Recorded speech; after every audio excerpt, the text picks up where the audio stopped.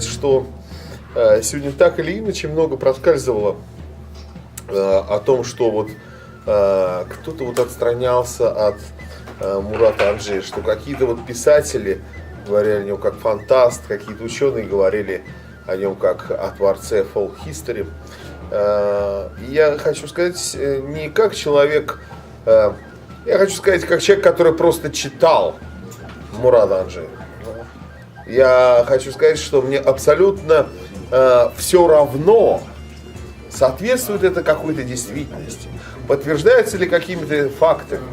Потому что, конечно, величайшая заслуга этого человека — это не человек науки, это не человек культуры, это человек общества, который подхватил вот 90-х, в эти 90-е, когда была вот эта вот возможность у каждого расправить плечи, он подхватил тюрок, которые были ведь в ужасном состоянии на тот момент.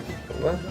То есть тюрки — это были люди, которые там притаились на полях учебников истории там, других народов. Там, да? Вот там басурмане напали, они, кстати, где-то тут рядом живут. Да? Мы в таком состоянии были. Конечно же, какие-то формальные учебники и азербайджанской истории, и татарской истории, там каждой ячеечке там была написана специальная брошюрка, которую можно было читать в школах. Но именно Мурат Бей научил нас уважать самих себя. Мы поколение, которое Мурат научил самих себя уважать. Это главное его достижение, это то самое важное и самое сложное, что может получиться у человека.